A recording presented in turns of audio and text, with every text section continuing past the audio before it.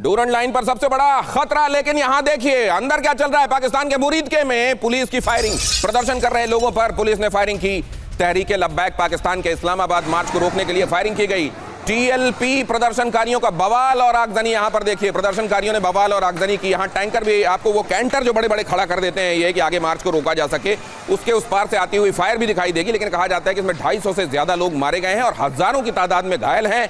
यहां अंदर भी देखिए तमाम ऐसी मुश्किलें हैं जो मुनीर के लिए, शहबाज के लिए आने वाले दिनों में अब ये राइटिंग ऑन द वॉल है कि आप अपने दिन गिनना शुरू कर दीजिए। लेकिन ये क्या इससे पार पा लेंगे? क्योंकि इन्होंने ये देखा है पाकिस्तान में, वो मौलाना वाला आपको याद होगा कि किस तरीके से एमक्यूएम ने पूरा एक दौर दिखाया था।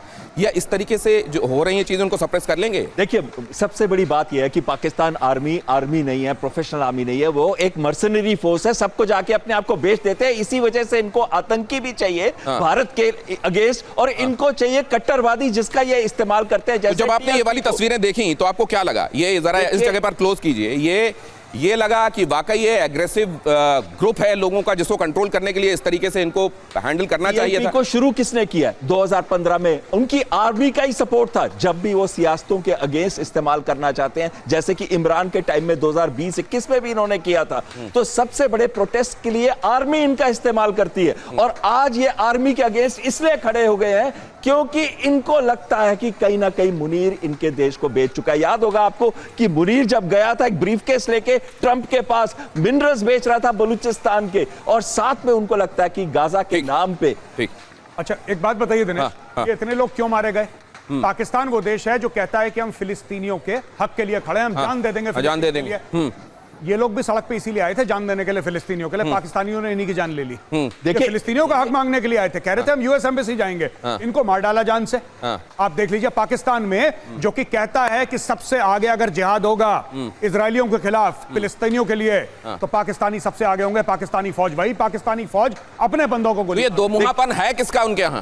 कौन है दो मुहा? ये आज से नहीं है, आज से उनकी फौज है, उनकी फौज है। और ये देखिए, ब्रिगेडियर जियाउर रहमान 1970 में गए थे जॉर्डन के अंदर, वहां पे किंग हुसैन ने इनको कहा मेरी मदद करो, तो इन्होंने अपने सैनिकों के साथ खुद टैंक चला के हजारों की संख्या में फिलिस्तीनी मारे। जो आप दोनों बता रहे हैं ये जरा बता दें, ये एक बैकग्राउंडर बता दें अपने दर्शकों को कि तहरीक लब्बैक पाकिस्तान इस समय क्यों गोलियां चलाई जा रही हैं उन पर। देखिए जरा टीएलपी का प्रदर्शन क्यों, बहुत नटशेल में देखिए और समझ लीजिए पूरी तस्वीर। गाजा पीस प्लान बनाने में हमास या कोई महत्वपूर्ण फिलिस्तीनी गुट क्यों शामिल नहीं किया गया है, ये पूछ रहे हैं। गाजा के लोगों को पुनर्निर्माण के नाम पर जबरन डिस्प्लेस क्यों किया जा रहा है, ये भी पूछा जा रहा है इनकी तरफ से। ट्रंप का बोर्ड ऑफ पीस का सुझाव गाजा के स्वायत्त निर्णयों के खिलाफ क्यों है, ये भी पूछ रहे हैं ये। पाकिस्तान फिलिस्तीनी सेंटीमेंट के साथ है तो इजराइल के पक्ष में क्यों है फिर सरकार, और ट्रंप के गाजा पीस प्लान का समर्थन क्यों कर रही है पाकिस्तान सरकार। और कहा जाता है कि जब जनता के एस्पिरेशन वहां की सरकार फुलफिल ना करे तो बहुत जल्द वो उखाड़ कर फेंक दी जाती है। क्या ये होने वाला है सर, या ये एक्चुअली शुरू हो चुका है?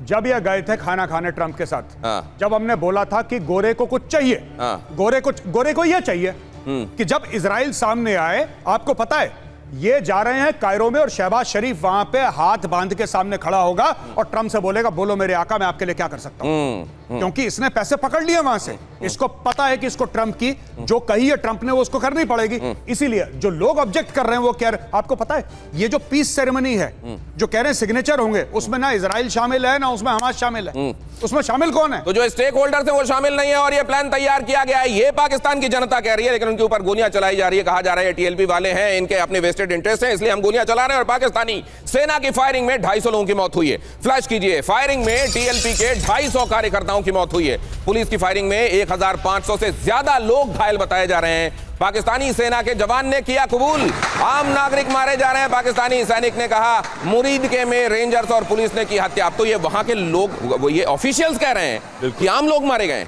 ये टीएलपी करके कब तक लोगों को ये बेच पाएंगे? अरे आपने देखा नहीं, टीरा वैली के अंदर इन्होंने फाइटर जहाज JF-17 का इस्तेमाल करते हुए प्रिसीजन गाइडेड बॉम्ब से अपने लोगों के ऊपर बम्बार्डमेंट की थी। ये वो आर्मी है जो निहत्तों को मार सकती है, अपने देशवासियों को मार सकती है और अपनी जेबें भर सकती है। साद रिजवी का जब गोलियां चली, जो इनके टीटीपी के लीडर हैं, इनके ऊपर जब गोलियां चली, माफ कीजिएगा लबैका की जो लीडर हैं, इनके ऊपर जब गोलियां चली, इनके एक बंदे ने रोते हुए कहा हमें क्यों मार रहे हैं, हमारे पे गोलियां क्यों चला रहे हैं, क्योंकि उनको समझ ही नहीं आया जिसने उनको खड़ा किया है वही आज उनको मार रहा है और सड़क पे मार रहा है। और ये तो निहत्ते हैं, इनके ऊपर पाक रेंजर्स AK-47 तक इस्तेमाल। तो मौलाना साद के ऊपर भी गोलियां चली, बिल्कुल उनके ऊपर 3 गोलियां चला दी गई, बाकी उनके समर्थकों के ऊपर गोलियां चला दी गई। ये आने वाले दिनों में रिबाउंड करेगा, सप्रेस हो जाएगा, 100% रिबाउंड करेगा, क्योंकि ये स्ट्रीट पावर है पाकिस्तानी आर्मी का और ये पाकिस्तानी आर्मी अब इस तरीके से कंट्रोल नहीं कर पाएगी। देखिए यही बात है जब हिलरी क्लिंटन ने बोला था जब आप सांप पालते हो ना,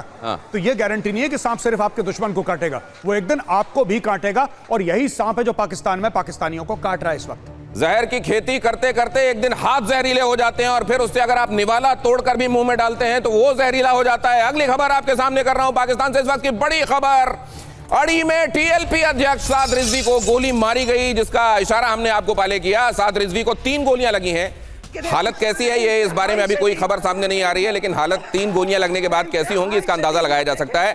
प्रदर्शन के दौरान साद रिजवी को गोली लगी है। मुरीद के में पाकिस्तान पुलिस पर गोली मारने का आरोप है। क्या अपने यहां होने वाले प्रदर्शनों से निपटने का यही तरीका पाकिस्तान को मालूम है, या फिर अब पाकिस्तान में जो लोग वहां डिस्पेंसेशन को चला रहे हैं वो उनको ये लग रहा है कि अब तो इस पार या उस पार वरना बचेंगे नहीं, इसलिए इतने टाइट हैंडेड है? नहीं, बिल्कुल ये इसलिए कर रहे हैं क्योंकि एक तरफ इनको प्रेशर है, पूरा प्रेशर है ड्यूरेंट लाइन पे, दूसरी तरफ मोदी जी ने यह डिक्लेयर कर दिया है कि भाई ऑपरेशन सिंदूर बंद नहीं हुआ, सिर्फ पॉज करा गया। कभी भी इनको जल्दी है कि बीच में जो हो रहा है, देखिए पाकिस्तान का बन रहा है सैंडविच, एक तरफ अफगानिस्तान एक तरफ इंडिया, इनका बन रहा है सैंडविच। अब ये चाहते हैं कि जल्दी से जल्दी जो बीच में काम हो रहा है वो खत्म हो जाए, कि कम से कम बीच में पीस हो जाए, फिर हम डील करेंगे किस तरीके से क्या करना है। ये जो कहा जाता रहा हमेशा कि अफगानिस्तान तो एक तरीके का पाकिस्तान को स्ट्रेटेजिक डेप्थ देता है इंडिया के अगेंस्ट, ये आज भी डेप्थ है या अब डेथ बनने लगा उनके लिए? डेप्थ तो खत्म हो चुकी है, क्योंकि पाकिस्तान की जो विड्थ है 400 से 500 किलोमीटर है। कहते हैं कि हिंदुस्तान का कोई भी फाइटर कहीं से भी बॉम्ब गिराएगा, पाकिस्तान का कोई भी एरिया बच नहीं सकता। तो इसलिए अफगानिस्तान उनको स्ट्रेटेजिक डेप्थ देता था, लेकिन आज वो रहा नहीं है। जिस हिसाब से तालिबान के साथ इनकी लड़ाई हुई, 3 बार इन्होंने बॉम्ब किया। ये पहली बार नहीं किया, पहले दिसंबर में किया था पक्तिका में, 40 के करीब महिलाएं बच्चे मारे गए थे। उसके बाद कोस्ट पे किया, इस बार तो काबुल में किया। लेकिन इनके पायलट भारतीय वायुसेना के पायलट नहीं है, क्योंकि महसूद को जो टारगेट कर रहे थे व्हीकल पे, वो बॉम्ब गिरा ही नहीं हुआ, उसको कुछ भी नहीं हुआ। और ये चीज आ जाती है देखने वाली कि अफगानिस्तान के रिलेशंस आज पाकिस्तान के साथ इतने खराब हो गए हैं कि अब पाकिस्तान को स्ट्रेटेजिक डेथ छोड़ो, डेथ ही। लेकिन सर मुरीद के पास की ये तस्वीरें हैं तहरीक लब्बैक वाली। एक्चुअली तहरीक लब्बैक से लेकर वहां डूरन लाइन तक हम इसलिए डिस्कस कर रहे हैं क्योंकि ये सब कुछ बता रहा है कि पाकिस्तान किस तरीके की चीजों से दो चार है और आगे क्या होने वाला है। यहां ये तस्वीरें तो हम देख रहे हैं, मुरीद के में वो लोग जिन्होंने लश्कर के नाम पर अपनी दुकान खोली हुई और भारत के खिलाफ वहां पर प्लानिंग्स बनती रहती हैं, क्या वो ये सब भी देख रहे होंगे? देखो, लश्कर तो मूव कर चुकी है, अभी खैबर पख्तूनख्वा में चली गई, इन्होंने बड़ा अच्छा स्ट्रेटेजिक मूव किया था। लेकिन मुरीद के से लश्कर का जो स्पेस है, वैक्यूम है, वो आज फिल कर रही थी ये लबैक पार्टी। और लबैक के जो लोग वहां पे जाके लड़ रहे थे और जिस हिसाब से ब्रूटल सप्रेशन किया गया उनका, उस हिसाब से कहीं ना कहीं लश्कर तैयबा अच्छा है कि वो वहां नहीं है, क्योंकि उनको भी नहीं छोड़ते। एक चीज मैं बताना चाहता हूं, इन्होंने बड़ी अच्छी बात की थी कि देवबंदी है। कौन? वो है देवबंदी अफगानी, पश्तून्स है देवबंदी, लेकिन ये बेसलवी है, ये देवबंदी नहीं है। और ज्यादातर मुस्लिम जो सुन्नी मुस्लिम है वो देवबंदी होते हैं। तो इनकी जो वैसे भी TLP की नहीं बनती है अफगानीज के साथ।